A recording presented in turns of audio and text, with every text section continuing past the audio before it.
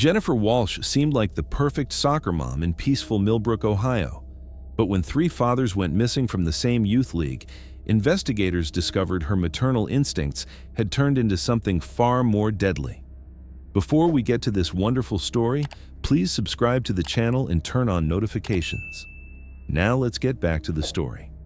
The Saturday morning sun cast long shadows across Millbrook Youth Soccer Complex as Jennifer Walsh adjusted her designer sunglasses and checked her watch for the third time in 5 minutes. At 39, she was the epitome of suburban motherhood. Perfectly styled blonde hair, athletic wear that cost more than most people's monthly grocery budget, and a minivan filled with organic snacks and motivational signs for her son Tyler's team. But beneath Jennifer's picture-perfect exterior lurked a darkness that would soon shatter the innocence of youth sports forever. "Great game, Tyler," Jennifer called out as her 11-year-old son scored his second goal of the morning. She stood at the sideline with the other parents, her smile radiant and her enthusiasm infectious. To anyone watching, she was simply a devoted mother celebrating her child's success. What the other parents didn't know was that Jennifer had been carefully studying them for months, cataloging their routines, their weaknesses, and their most vulnerable moments. She had already selected her targets, three fathers whose lives were about to intersect with hers in ways they could never imagine. The first was David Martinez, a divorced construction worker who drove 40 minutes each way to watch his son play. Jennifer had noticed how David's shoulders sagged with exhaustion during games, how he often sat alone while other parents socialized, and how grateful he seemed for any friendly conversation. Jennifer's predatory instincts, honed through years of manipulation and control, had identified David as the perfect victim, isolated, vulnerable, and desperate for human connection. "David," Jennifer called out as the game ended, jogging over to where he was packing up his folding chair. "Tyler was just telling me how much he enjoys playing with Miguel. Your son has such natural talent." David's face lit up with the kind of pride that only comes from a parent whose child has been recognized. "Thank you. That means a lot coming from you." Miguel's been working really hard to improve his passing. Jennifer moved closer, close enough to smell David's cologne and see the wedding ring tan line that still marked his finger 6 months after his divorce. She had researched his situation thoroughly: custody battles, financial struggles, and the kind of loneliness that made men susceptible to attention from attractive women. "You know," Jennifer said, lowering her voice conspiratorially, "Tyler mentioned that Miguel doesn't have anyone to practice with during the week. I'd love to arrange some one-on-one training sessions. I know this great private coach who works wonders with kids." As Jennifer spoke, she could see David's guard dropping, his desperation for his son's success overriding any caution he might have felt about her unexpected interest. The second target was Robert Chen, a shy accountant whose wife worked weekends, leaving him to handle soccer duty alone. Robert was methodical and careful, exactly the type of man who would follow instructions without asking too many questions. Jennifer had spent weeks observing Robert's patterns. He always arrived exactly 15 minutes before game time, sat in the same spot on the bleachers, and left immediately after the final whistle. He was polite but distant with the other parents, clearly uncomfortable with the social aspects of youth sports. "Robert, I'm so glad I caught you," Jennifer said, intercepting him as he headed to his car after Tyler's game. "I wanted to talk to you about the team fundraiser." Robert paused, his keys already in his hand. "Fundraiser? Oh, didn't you get the email?" Jennifer feigned concern. "We're trying to raise money for new equipment, and I'm coordinating private donations from the more financially stable families." She let the implication hang in the air, knowing that Robert's pride would prevent him from admitting he might not be able to contribute as much as other parents. Jennifer had learned long ago that the most effective manipulation came not from force, but from making people volunteer to walk into her trap. "I'd be happy to contribute," Robert said carefully. "How much are we talking about?" Jennifer smiled, the expression warm and reassuring. "Oh, we can discuss the details privately. Why don't you come by my house this evening? We can go over the donation levels and you can see exactly where the money will be going." Robert hesitated for a moment, and Jennifer could see him weighing his options. She knew he wouldn't want to appear unwilling to support his son's team, especially in front of other parents who might overhear their conversation. "That sounds fine," he said finally. "What time works for you?" 7:30 would be perfect, Jennifer replied. "My husband will be traveling on business, so we'll have plenty of time to discuss the fundraising goals without interruption." As Robert nodded his agreement and walked away, Jennifer felt the familiar thrill of a plan falling into place. She had been cultivating this moment for weeks, and now her patience was about to pay off. The third target was the most challenging. Marcus Thompson, a successful lawyer who exuded confidence and skepticism in equal measure. Unlike David and Robert, Marcus wouldn't be easily manipulated through loneliness or social pressure. He required a more sophisticated approach. Jennifer had noticed that Marcus was fiercely competitive about his daughter Emma's performance, often arguing with referees and coaches about playing time and strategic decisions.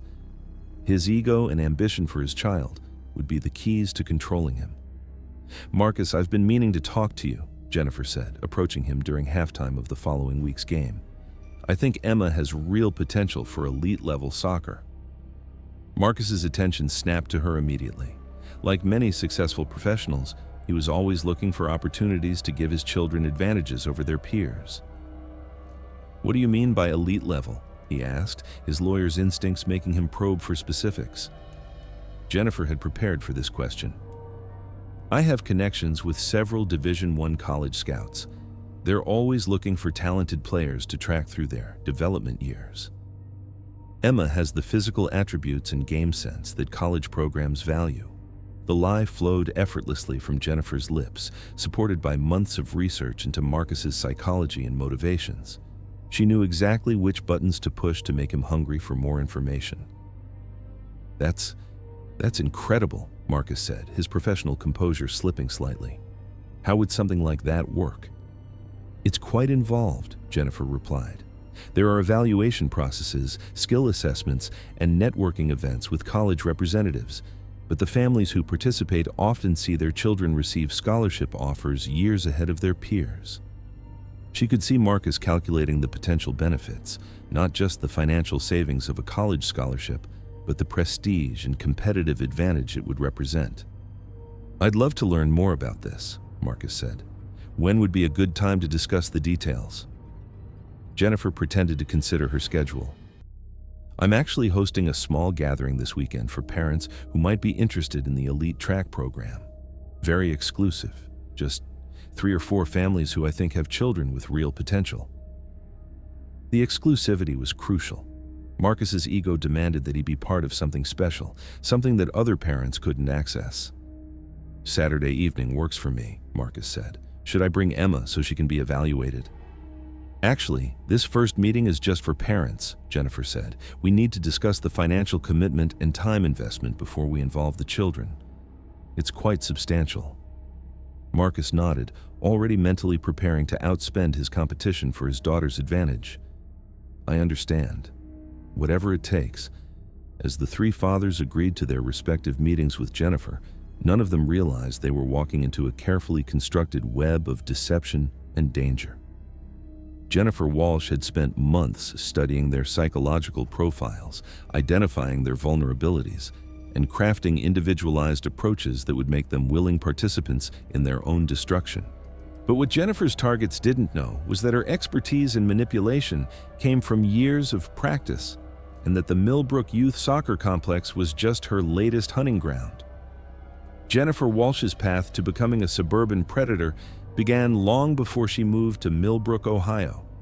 Born Jennifer Carlisle in Tampa, Florida, she had grown up in a middle-class family where appearance mattered more than substance. Her mother, Patricia, was a former beauty queen who had married a moderately successful insurance agent and spent her life trying to recapture the glory of her pageant days through her daughter. From an early age, Jennifer learned that love was conditional, tied to performance, appearance, and the ability to make others feel good about themselves. She excelled at reading people's desires and presenting herself as the solution to their problems. But beneath Jennifer's polished exterior, a dark psychology was taking shape, one that would eventually transform her natural charisma into a weapon of manipulation and control. Jennifer's first taste of real power came during her freshman year at the University of Florida, where she discovered she could make men do almost anything by combining sexual attraction with emotional manipulation. She began with small experiments, convincing classmates to write her papers, professors to change her grades, and boyfriends to give her expensive gifts they couldn't afford. By her junior year, Jennifer had refined her techniques to an art form. She could identify a man's deepest insecurities within minutes of meeting him and craft a persona that made her seem like the answer to all his problems. Lonely men saw her as their soulmate, ambitious men saw her as their perfect partner, and insecure men saw her as validation of their worth. Her psychology professor, Dr. Michael Brennan, became her most significant victim during this period. Jennifer had noticed his wedding ring and the photos of his family on his desk, but she had also observed the way his eyes lingered on attractive female students and the subtle signs of a man feeling trapped in domestic routine. Jennifer's seduction of Dr. Brennan was methodical and devastating. She positioned herself as the brilliant student who truly understood his work, the young woman who appreciated his intellect in ways his wife never could. The affair lasted 8 months and ended with Dr. Brennan's resignation, divorce, and eventual nervous breakdown. Jennifer emerged from the situation unscathed, having carefully documented their relationship in ways that protected her while destroying him. She had learned a crucial lesson. The right combination of attraction, manipulation, and strategic evidence could give her complete control over another person's life. After graduation, Jennifer moved to Atlanta and took a job at a marketing firm where she met Richard Walsh, a successful real estate developer 12 years her senior. Richard was recently divorced, wealthy, and desperate to prove he was still attractive to younger women. Jennifer saw him as the perfect vehicle for the lifestyle she wanted. Their courtship was a masterclass in strategic romance. Jennifer presented herself as the successful career woman who was ready to settle down with the right man. She let Richard believe he was pursuing her while carefully orchestrating every interaction to deepen his emotional dependence. Within 6 months, Richard was convinced that Jennifer was his second chance at happiness. Within a year, they were married in a lavish ceremony that was featured in Atlanta's society pages. The birth of Tyler 3 years later gave Jennifer a new role to perfect: the devoted mother. She threw herself into the part with the same calculating precision she had applied to every other aspect of her life.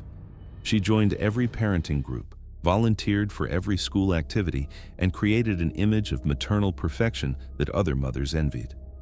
But motherhood also awakened something darker in Jennifer's psychology.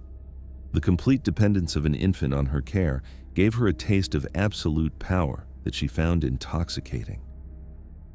As Tyler grew older and became more independent, Jennifer began to miss that feeling of total control. It was during Tyler's first season of youth soccer that Jennifer discovered her new hunting ground. The complex social dynamics of youth sports provided the perfect environment for her predatory instincts. Anxious parents desperate for their children's success, fathers dealing with midlife crises, and a culture that celebrated competitive motherhood. Jennifer realized that she could use her position as the perfect soccer mom to identify and manipulate vulnerable fathers, satisfying her need for control while maintaining her respectable facade. Her first victim in Millbrook had been a father named Kevin Brooks, whose son had played on Tyler's team the previous season. Kevin was a recently widowed single father struggling to balance work and parenting. Jennifer had approached him with offers to help, slowly drawing him into an emotional affair that she documented with hidden cameras and recording devices. When Kevin eventually tried to end their relationship, Jennifer destroyed him systematically. She shared edited recordings with his employer, suggesting he was an unfit parent to Child Protective Services, and orchestrated a campaign of harassment that forced him to move to another state just to escape her influence.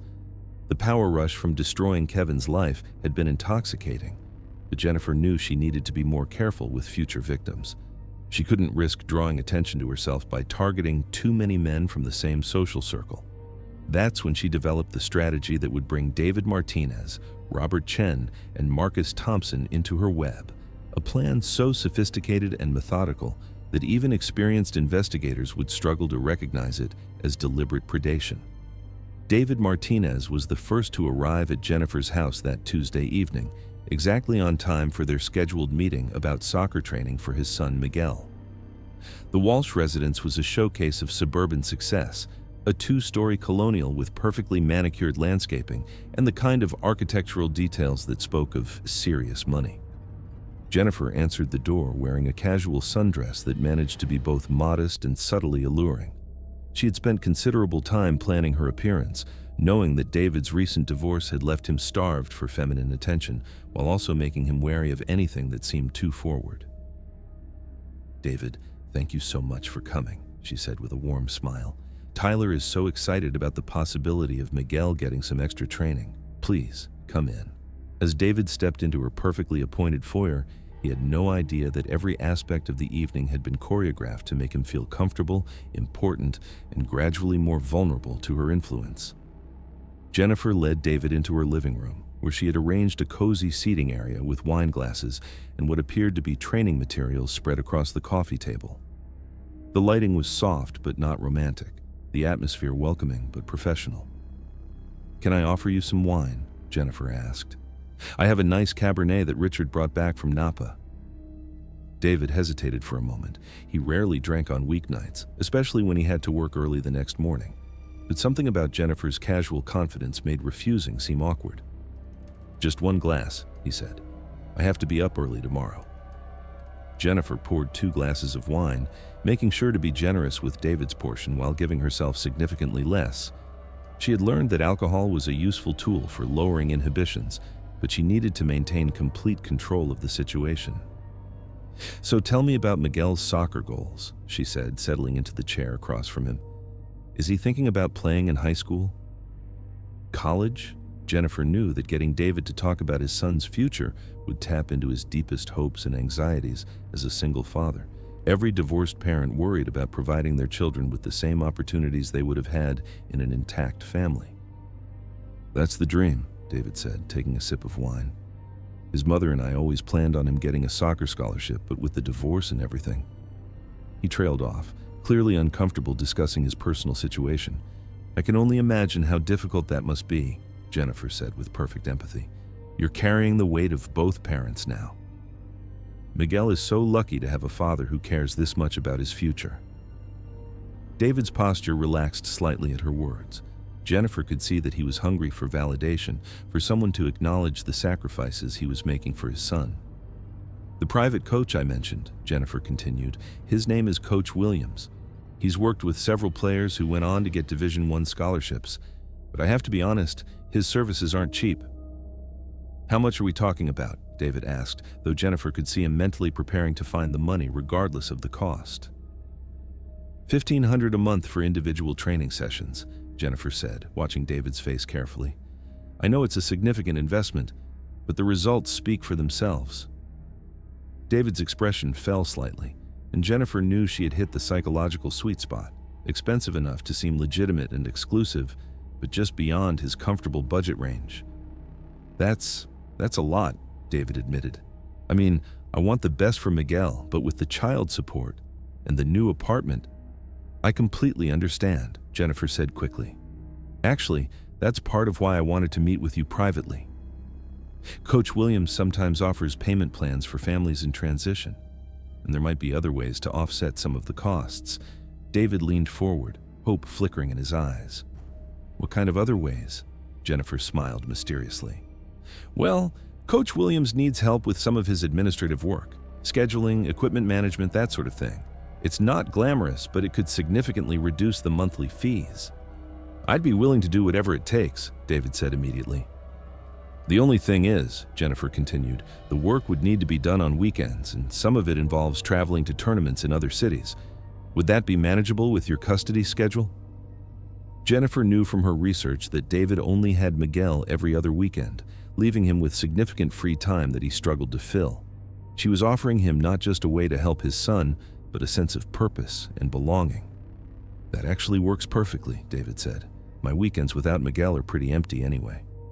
"Wonderful," Jennifer said, refilling his wine glass. "Let me show you some of Coach Williams's training materials so you can see exactly what Miguel would be learning." As Jennifer moved to the couch beside David to go through the fake training documents she had prepared, she made sure their knees touched briefly. The contact was fleeting enough to seem accidental, but deliberate enough to register in David's alcohol-enhanced awareness. For the next hour, Jennifer walked David through an elaborate fiction about Coach Williams's training program, complete with forged testimonials and fabricated success stories. She had done enough research to make the lies sound completely plausible, and David's desperation to help his son made him an eager believer. But the evening's real purpose wasn't to convince David about a training program. It was to begin the process of emotional manipulation that would eventually give Jennifer complete control over his life. "David," Jennifer said as the evening wound down, "I hope you don't mind me saying this, but I really admire what you're doing for Miguel. A lot of fathers would have given up after a difficult divorce, but you're fighting for your son's future." David's eyes misted slightly at her words. "It's been hard," he admitted. "Sometimes I wonder if I'm doing enough, if Miguel would be better off if his mother and I had found a way to make things work." "You can't think like that," Jennifer said, placing her hand gently on his arm. "Miguel is lucky to have you, and I want you to know that you're not alone in this. Richard and I believe in supporting families in our community." The touch lingered just long enough to send a clear message, and Jennifer could see David processing the implications. She was offering him more than just soccer training. She was offering him a connection, a lifeline in his loneliness. "I should probably get going," David said, though his reluctance was obvious. "Thank you for the wine and for everything you're doing for Miguel." "Of course," Jennifer said, walking him to the door. "Oh, and David? Let's keep the details about Coach Williams between us for now. He prefers to work with families who are truly committed, and I don't want other parents pressuring him before he's ready to expand his client base." The request for secrecy was crucial to Jennifer's plan. By making David feel like he was part of an exclusive opportunity, she was also isolating him from potential sources of advice or reality checks. As David drove home that night, his head buzzing slightly from the wine and the possibility of giving Miguel a real advantage in soccer, he had no idea that he had just taken the first step into a carefully constructed trap. Jennifer Walsh had identified his weaknesses, offered solutions to his problems, and begun the process of making herself indispensable to his happiness. But David Martinez was just the beginning. Jennifer had 2 more targets to ensnare, and each would require a different approach, a different set of lies, and a different type of destruction. By the time Jennifer's plan reached its conclusion, 3 families would be shattered, 3 men would be missing, and the peaceful community of Millbrook would learn that evil could hide behind the most innocent facades. The following evening, Robert Chen arrived at Jennifer's house for their scheduled meeting about the team fundraiser. Unlike David, Robert approached the meeting with characteristic caution, bringing a notebook and pen as if he were attending a business presentation rather than a casual discussion about youth soccer donations. Jennifer had adjusted her strategy accordingly. Where David needed emotional validation, Robert required detailed information and logical explanations. She had prepared financial projections, equipment catalogs, and a presentation that would appeal to his analytical nature.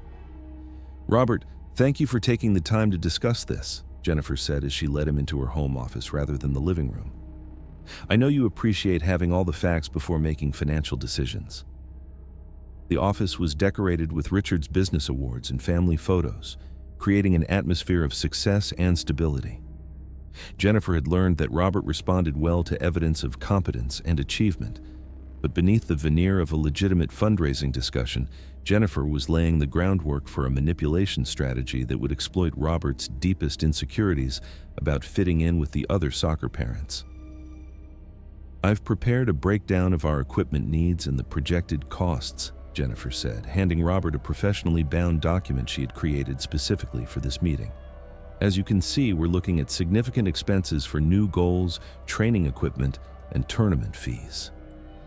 Robert studied the documents carefully, his accountant's eye picking up details that a more casual reader might miss. Jennifer had made sure the numbers were realistic and well-researched, knowing that any obvious fabrications would immediately destroy her credibility. "These figures seem reasonable," Robert said. "What kind of contribution levels are you looking for from each family?" "That's where it gets a bit complicated," Jennifer replied. We're asking families to contribute based on their ability to support the team's goals. Some parents can afford substantial donations, while others might contribute more in terms of time and volunteer work. She let the implication hang in the air that financial contributions were being evaluated not just in terms of amount, but as a measure of each family's commitment to the team. "I'd like to make a meaningful contribution," Robert said carefully. "What would be considered appropriate for our situation?" Jennifer pretended to consult a list that contained the names of other soccer parents and their supposed donation levels. In reality, the list was entirely fictional, but it allowed her to create social pressure by suggesting that other families were contributing more than Robert might expect. The psychology was simple but effective. Robert's fear of appearing less committed than other parents would push him to agree to larger contributions than he was comfortable making. "Well, the Hendersons have committed to $5,000, and the Johnsons are planning to contribute $3,000, Jennifer said, watching Robert's reaction carefully. "But I understand that not every family can manage those levels."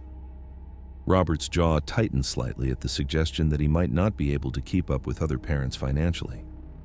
Jennifer knew from her research that Robert earned a good salary as an accountant, but he was also very conservative with money and rarely made large discretionary purchases.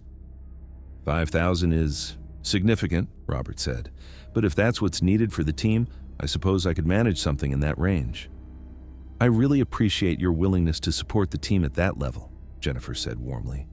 "But there's actually another way you could contribute that might be even more valuable than money." Robert looked up from the documents, curious despite his natural caution. "I'm working on a special project to create a comprehensive financial management system for all the travel teams in the league," Jennifer continued. "It's quite complex, tracking multiple revenue streams, managing tournament expenses, coordinating with different coaches and facilities. I need someone with your expertise to help design and implement the system." Jennifer was offering Robert something he craved even more than social acceptance: professional recognition and the chance to use his skills in a way that would be appreciated by the soccer community. "That sounds like an interesting challenge," Robert said, his tone becoming more engaged. "What would be involved?" "Significant time commitment, especially in the initial setup phase," Jennifer replied. "You'd need to visit different facilities, interview coaches and administrators, and probably do some evening and weekend work to analyze current systems."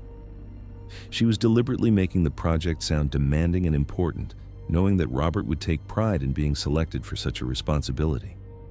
"Would this contribution replace the financial donation?" Robert asked. "Absolutely," Jennifer said.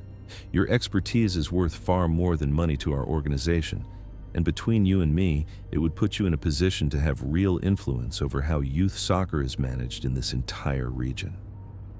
Robert's posture straightened at the prospect of regional influence.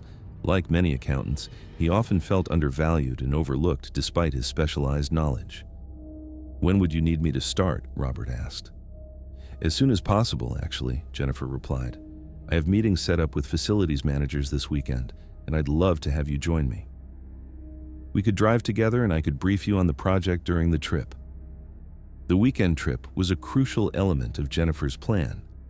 Once she had Robert isolated and away from his normal environment, she could begin the more intensive phase of her manipulation. Robert hesitated for a moment, clearly weighing the commitment against his usual preference for cautious decision-making.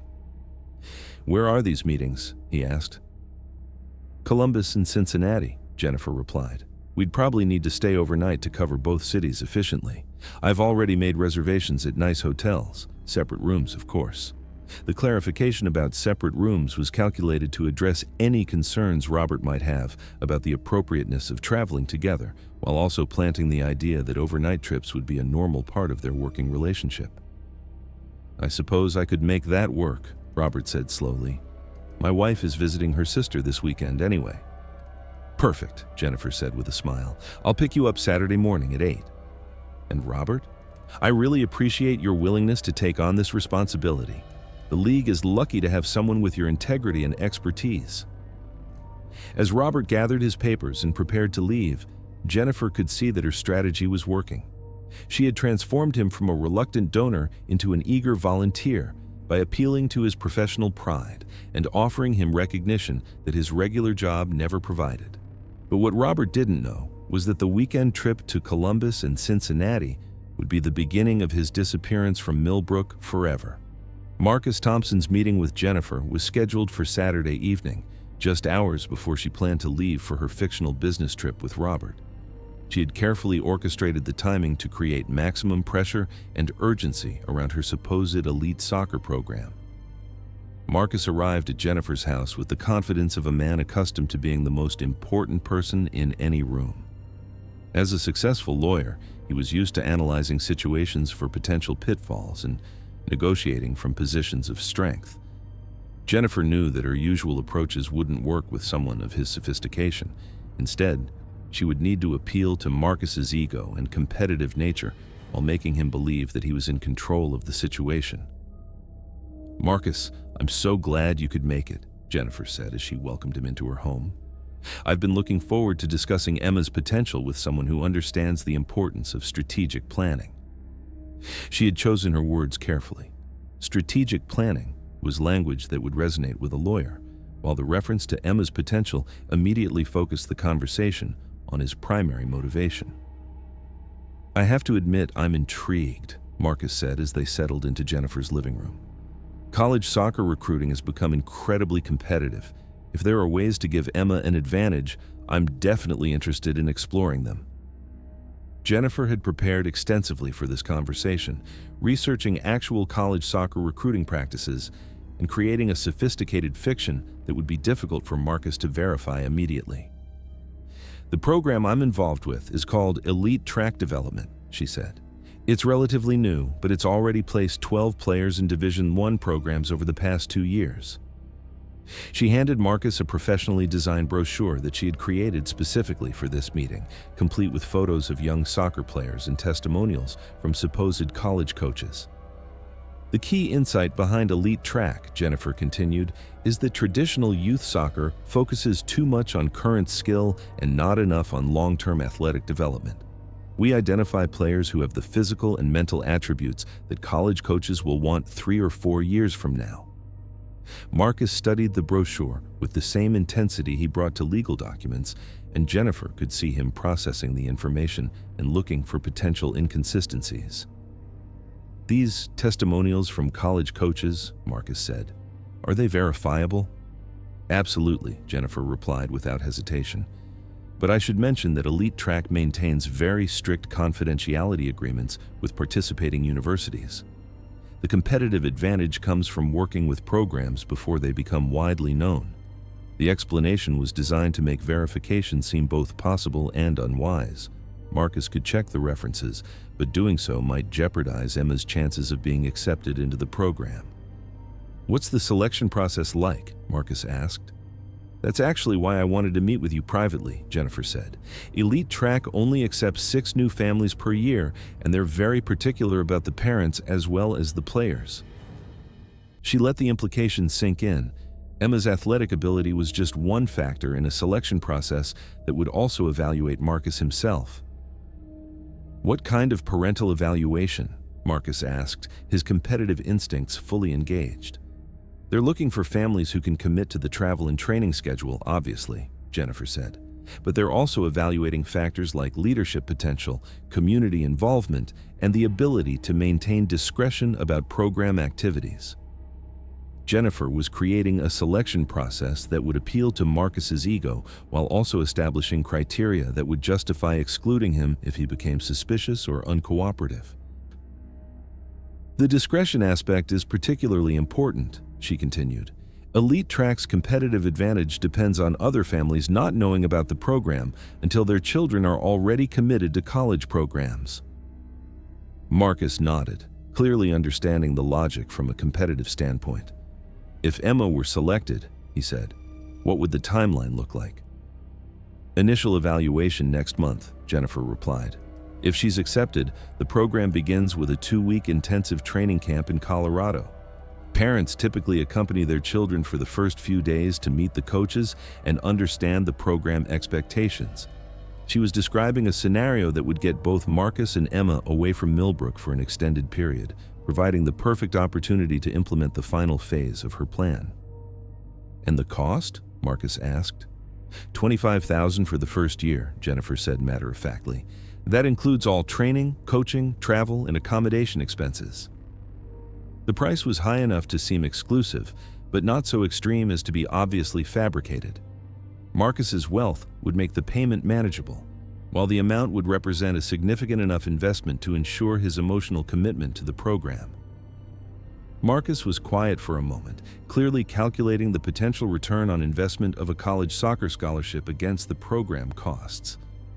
"If Emma has the potential you think she does," he said finally, "$25,000 is completely reasonable. When would you need a decision?" "Soon," Jennifer said. "The evaluation slots for next month are filling up quickly, and Elite Track doesn't like to keep families waiting once they express serious interest." She was creating artificial urgency to prevent Marcus from taking too much time to research the program or discuss it with other parents who might raise questions. "There is one more thing," Jennifer added. "The program requires a preliminary commitment before the evaluation. It's not a full payment, but it demonstrates serious intent and reserves Emma's spot in the selection process." "How much?" Marcus asked. $5,000, Jennifer replied. "Fully refundable if Emma isn't selected, but it needs to be submitted within 48 hours of expressing interest." The preliminary payment served multiple purposes. It would give Jennifer immediate access to money, create a sunk cost fallacy that would make Marcus more committed to the program, and provide a way to test his willingness to act on limited information. "I can handle that," Marcus said. "How do I submit the payment?" Jennifer pulled out a prepared contract and payment authorization form. "Everything can be handled right here tonight. The forms just need your signature and banking information for the electronic transfer." As Marcus reviewed the documents, Jennifer watched his face for any signs of suspicion. The forms were professionally prepared and contained enough legal language to seem legitimate, but they were designed to give Jennifer access to much more than just the $5,000 preliminary payment. "These authorization forms seem quite broad," Marcus observed. "Elite Track requires flexibility in payment scheduling," Jennifer explained. "The program costs include travel to different tournaments and training facilities throughout the year, so they need to be able to adjust payment timing based on actual expenses." It was a plausible explanation that masked the true purpose of the forms, giving Jennifer the ability to access Marcus's accounts whenever she chose. Marcus signed the documents without further hesitation, his excitement about Emma's potential overriding his natural caution. "When will I hear about the evaluation results?" he asked as he handed back the forms. "Within 2 weeks of the Colorado assessment," Jennifer replied. "But I have a good feeling about Emma. She has exactly the combination of attributes that Elite Track looks for." As Marcus left that evening, convinced that he had secured his daughter a tremendous advantage in college recruiting, he had no idea that he had just signed documents that would give Jennifer Walsh complete access to his financial accounts. More importantly, he didn't know that his trip to Colorado would be the last time anyone in Millbrook would see him or Emma alive. The next morning, Jennifer began implementing the final phase of her plan with the cold efficiency of a seasoned predator. She had spent months preparing for this moment, and every detail had been carefully orchestrated to ensure maximum impact with minimal risk of discovery. Her first task was to collect Robert Chen for their supposed business trip to Columbus and Cincinnati. Robert was waiting outside his house at exactly 8 a.m., briefcase in hand, and dressed in his most professional attire. His wife had already left to visit her sister, providing the perfect cover for his absence. "Ready for our fact-finding mission?" Jennifer asked cheerfully as Robert climbed into her luxury SUV. "Absolutely," Robert replied, settling into the passenger seat with his notebook and the financial analysis materials Jennifer had asked him to prepare. "I reviewed the budget projections last night, and I have some ideas for improving the cost tracking systems." As they drove out of Millbrook, Robert had no idea that Jennifer's route would take them not to Columbus, but to a remote storage facility 2 hours away where she had been preparing for months. Jennifer maintained casual conversation for the first hour of the drive, allowing Robert to brief her on his analysis and suggestions. She was genuinely impressed by his thoroughness and attention to detail, qualities that would make his disappearance even more puzzling to investigators. "Robert, I need to make a quick stop," Jennifer said as they approached the storage facility. I have some equipment stored here that we'll need for the meetings today. The storage facility was located in a rural area between 3 small towns, chosen specifically for its isolation and lack of surveillance cameras. Jennifer had rented the unit under a false name 6 months earlier and had been stockpiling supplies ever since. "I'll just be a few minutes, Jennifer. I'll just be a few minutes," Jennifer said as she parked in front of Unit 47. "Would you mind helping me carry some of the presentation materials? They're a bit heavy for me to manage alone." Robert, ever the gentleman, immediately agreed to help.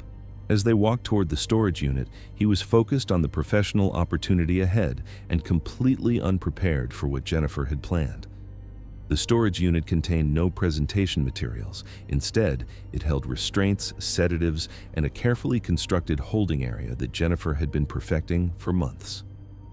The moment Robert stepped inside, Jennifer activated a concealed taser, dropping him to the ground before he could understand what was happening. Within minutes, Robert Chen had become the first victim in Jennifer Walsh's most ambitious and deadly scheme yet. 24 hours later, Jennifer was ready to collect David Martinez for his supposed meeting with Coach Williams. David had been looking forward to the weekend training session all week, convinced that he was finally giving Miguel the competitive advantage he deserved. "Coach Williams is really excited to meet you," Jennifer lied smoothly as David climbed into her SUV. "He reviewed Miguel's game footage and thinks he has tremendous potential." David beamed with paternal pride, completely unaware that there was no Coach Williams and that the game footage Jennifer claimed to have shared was entirely fictional. The drive to the second storage facility, Jennifer maintained multiple locations to avoid detection, passed with David eagerly discussing Miguel's soccer development and his hopes for his son's future. Jennifer found herself almost admiring his dedication, even as she prepared to destroy his life completely. By Sunday evening, David Martinez had joined Robert Chen in Jennifer's carefully constructed prison, and the soccer community of Millbrook had lost 2 fathers without anyone yet realizing they were missing. Marcus Thompson's disappearance required the most sophisticated approach. As a successful lawyer with extensive professional connections, his absence would be noticed quickly and investigated thoroughly. Jennifer needed to create a plausible explanation for his temporary departure while ensuring that no one would think to look for him in Ohio. The Elite Track Development Program provided the perfect cover. Jennifer had created an elaborate digital footprint for the fictional organization, complete with a professional website, social media presence, and even fake news articles about successful player placements. To any casual investigation, Elite Track would appear to be a legitimate, if exclusive, athletic development program. "Marcus, I have wonderful news," Jennifer said when she called him Monday morning. "Elite Track has reviewed Emma's preliminary materials, and they want to move forward with an immediate evaluation." "That's fantastic," Marcus replied, his excitement evident even over the phone. "When do we need to be in Colorado?" "Actually, there's been a change in the evaluation location," Jennifer said. "They've arranged to use a private training facility in Kentucky that has better equipment for the specific tests they want to run. We'd need to leave Thursday and return Sunday." The Kentucky location was crucial to Jennifer's plan. She had researched the area extensively and found the perfect remote facility where she could complete Marcus's capture without risking discovery. "Kentucky works fine," Marcus said. "Should I make travel arrangements?" "Elite Track handles all the logistics," Jennifer replied. "They'll pick you and Emma up Thursday morning, and I'll be accompanying you as the regional coordinator." It's all very professional and well organized. Marcus's trust in the program was complete. The preliminary payment had been processed smoothly. He had received professional-looking materials in the mail, and Jennifer's presentation had been convincing enough to overcome his natural skepticism. On Thursday morning, Marcus and Emma were waiting outside their house at 7 a.m., both dressed in athletic wear and carrying the equipment bags Jennifer had specified. Emma was excited about the evaluation opportunity, while Marcus was already calculating the competitive advantages the program would provide. Neither father nor daughter realized they were about to become the final victims in Jennifer Walsh's twisted game of suburban predation. The drive to Kentucky took 4 hours, during which Jennifer maintained her role as the helpful program coordinator, while systematically moving Marcus and Emma further from any possibility of rescue. She had disabled the GPS in Marcus's phone under the guise of program security protocols, and the route she chose avoided major highways and surveillance cameras. The training facility was actually an abandoned summer camp that Jennifer had discovered during her preparation phase. Located deep in rural Kentucky forest, it provided complete isolation while maintaining the appearance of a legitimate athletic venue. "This is quite remote," Marcus observed as they turned down the long gravel road leading to the facility. "Elite Track prefers privacy for their evaluations," Jennifer explained. "They don't want other programs observing their testing methods or trying to recruit players they're considering." The explanation satisfied Marcus, who was accustomed to confidentiality in his legal practice. By the time he realized there were no other cars at the facility and no coaches waiting to conduct evaluations, it was too late. Jennifer Walsh had successfully captured 3 fathers and 1 child, and the peaceful community of Millbrook was about to discover that their perfect soccer mom was actually a predator whose appetite for control had escalated to kidnapping and murder. The first indication that something was wrong came Tuesday morning when Robert Chen failed to appear at his accounting firm. Robert was legendarily punctual, never missing work without notification, and his absence immediately concerned his colleagues. When Robert's wife, Nancy, returned from visiting her sister and found that Robert hadn't come home from his supposed business trip with Jennifer Walsh, she called the police. But the initial response was routine. Adults were allowed to travel, and there was no immediate evidence of foul play. It was David Martinez's ex-wife who raised the first real alarm. When David failed to pick up Miguel for his scheduled weekend custody visit and couldn't be reached by phone, she contacted the police and demanded a welfare check. David's dedication to Miguel was absolute. Nothing short of death or disaster would prevent him from seeing his son. By Wednesday afternoon, Detective Lisa Rodriguez had 2 missing persons reports involving fathers from the same youth soccer league, and her instincts were telling her that this was no coincidence. Detective Rodriguez was a 12-year veteran of the Millbrook Police Department, specializing in missing persons and domestic violence cases. She had seen enough of human nature's dark side to recognize patterns that others might miss, and the connection between Robert and David immediately caught her attention. Both men were supposed to be on trips related to their son's soccer activities, she noted in her case file. Both trips were arranged by the same person, Jennifer Walsh. Rodriguez's first interview with Jennifer was scheduled for Thursday morning, but Jennifer was conveniently unavailable, having left for Colorado with Marcus and Emma Thompson. Her husband Richard provided an alibi, explaining that Jennifer was working with an elite soccer development program and would return Sunday.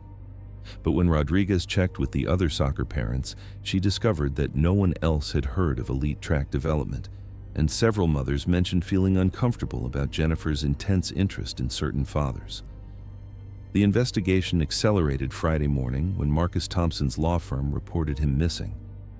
Marcus had canceled all his appointments for the week without explanation, something completely out of character for a lawyer with a thriving practice and demanding clients. Rodriguez immediately contacted the Kentucky State Police and requested assistance in locating the elite track facility where Marcus and Emma were supposedly being evaluated. What the search revealed sent chills through the investigation team. There was no elite track development program. The address Jennifer had provided led to an abandoned summer camp that showed signs of recent activity, but no evidence of any soccer training or evaluation. Most disturbing of all, investigators found Marcus's rental car parked behind one of the abandoned buildings, but no sign of Marcus, Emma, or Jennifer. Detective Rodriguez now faced a horrifying reality. She had 3 missing fathers, 1 missing child, and a suspect who had carefully planned and executed what appeared to be multiple kidnappings. The search for Jennifer Walsh became a multi-state operation involving local police, state investigators, and federal authorities. Jennifer's background check revealed a pattern of manipulation and psychological abuse dating back to college, but no previous evidence of kidnapping or violence. Her husband, Richard, was devastated when investigators revealed the true scope of Jennifer's activities. He had genuinely believed his wife was the perfect suburban mother, and the evidence of her predatory behavior shattered his entire understanding of their marriage. She seemed so devoted to Tyler and the other families, Richard told investigators. I never saw any signs that she was capable of something like this.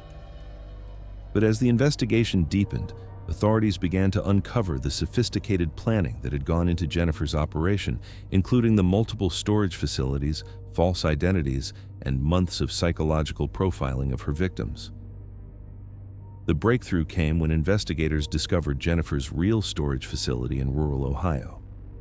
Using financial records and surveillance footage from nearby businesses, they traced her movements and found the location where she had been holding Robert Chen and David Martinez. The rescue operation was swift and professional, but the psychological damage to the victims was severe. Both men had been systematically tortured and brainwashed during their captivity, reduced to completely dependent states through a combination of drugs, isolation, and psychological manipulation. Robert Chen was found in a catatonic state, barely responsive to outside stimuli. David Martinez was slightly more aware, but suffered from severe trauma and memory loss. Both men required immediate medical attention and would need months of therapy to recover from their ordeal.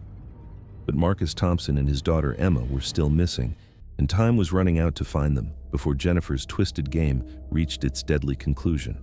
The manhunt for Jennifer Walsh intensified as authorities realized they were dealing with a predator whose psychological sophistication exceeded anything they had encountered.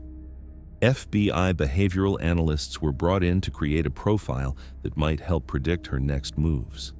She's not a traditional kidnapper, Doctor, Sarah Chen explained to the task force. Her motivation appears to be complete psychological domination rather than financial gain. She derives satisfaction from reducing successful, confident men to helpless dependents. The profile suggested that Jennifer would likely keep Marcus and Emma alive as long as she felt in control of the situation, but that she might become violent if she felt cornered or threatened with capture. Investigators were racing against time to find Jennifer before her need for control evolved into something even more deadly. The final confrontation came at a remote cabin in the mountains of eastern Kentucky, where Jennifer had taken Marcus and Emma for what she planned to be the culmination of her elaborate psychological experiment. She had spent days breaking down Marcus's sense of reality, using Emma's safety as leverage to force his complete submission. When federal agents surrounded the cabin, Jennifer was prepared for a siege. She had enough supplies to last weeks and had positioned herself where she could control access to her captives. But what she hadn't anticipated was the psychological profile that agents had developed, which predicted her need to feel superior to her pursuers. The negotiation that followed was a battle of wills between Jennifer's need for control and law enforcement's determination to save Marcus and Emma without triggering a violent conclusion.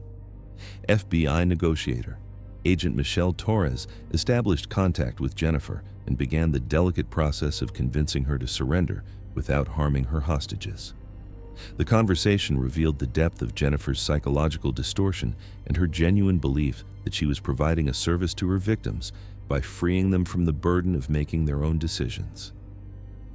Marcus is much happier now, Jennifer told Torres during one of their calls. He doesn't have to worry about work or stress or disappointing people. I've given him the peace that he never could have found on his own. Torres recognized the delusional thinking of someone who had convinced herself that her actions were benevolent rather than predatory. The challenge was finding an approach that would appeal to Jennifer's ego while gradually reducing her sense of control over the situation.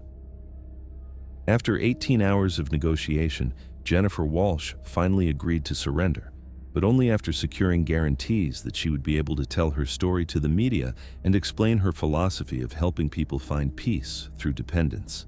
The rescue of Marcus and Emma Thompson marked the end of Jennifer Walsh's reign of terror, but the aftermath would haunt the Millbrook community for years to come. Marcus required extensive medical and psychological treatment to recover from his ordeal, while Emma struggled with trauma and confusion about why the nice soccer mom had hurt her family. Robert Chen and David Martinez faced their own long roads to recovery. Both men had to rebuild their sense of identity and trust after experiencing complete psychological breakdown. The soccer league disbanded, unable to continue after the revelation that their community had harbored such a dangerous predator. Jennifer Walsh was charged with kidnapping, aggravated assault, and psychological torture. Her trial became a media sensation as prosecutors revealed the full scope of her manipulation and control tactics. The case established new legal precedents for prosecuting psychological abuse and highlighted the need for better recognition of predatory behavior in suburban communities. In the end, Jennifer was sentenced to life in prison without the possibility of parole, but the damage she had inflicted on her victims and their families would continue long after her courtroom appearances ended. Dr. Michael Brennan, Jennifer's former psychology professor who had been destroyed by her manipulation years earlier, followed the trial from his small apartment where he lived on disability.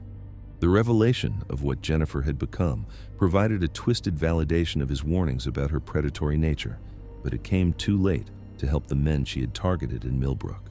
Tyler Walsh, Jennifer's son, was placed in the custody of his father, Richard, who struggled to help the boy understand that his mother's love had been tainted by a darkness that no one had recognized. The psychological evaluation revealed that even Tyler had been subject to his mother's manipulation, trained from an early age to help her identify and evaluate potential victims.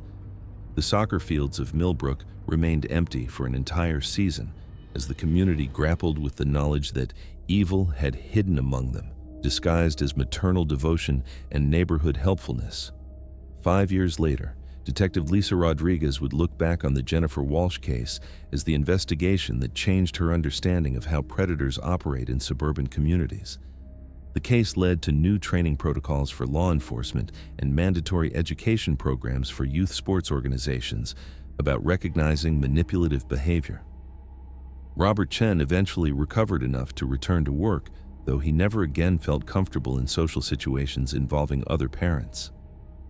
David Martinez moved to another state with Miguel, seeking a fresh start away from the memories of his captivity.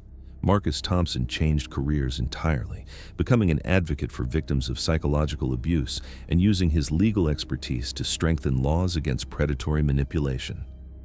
But perhaps the most important lesson from Jennifer Walsh's twisted game was that the appearance of perfection, whether in neighborhoods, schools, or communities, often masks the very dangers that people move to suburban areas to escape. The empty lot where the Walsh house once stood became a small memorial park with a plaque dedicating the space to the victims of predatory manipulation. The inscription read simply, "In memory of trust betrayed and innocence lost, and in hope that awareness can prevent future tragedies." Jennifer Walsh had been the perfect soccer mom until the day she became every parent's worst nightmare. Her deadly secret had been hidden behind a facade so convincing that an entire community had welcomed her into their lives without question. In the end, her greatest victory was also her ultimate defeat. She had proven that evil could indeed hide anywhere, but she had also ensured that no one would ever again mistake her kind of perfection for innocence. Thank you very much for listening. Please let us know what you think of this story in the comments. Don't forget to like the video and subscribe to the channel. Turn on notifications so you don't miss any other videos.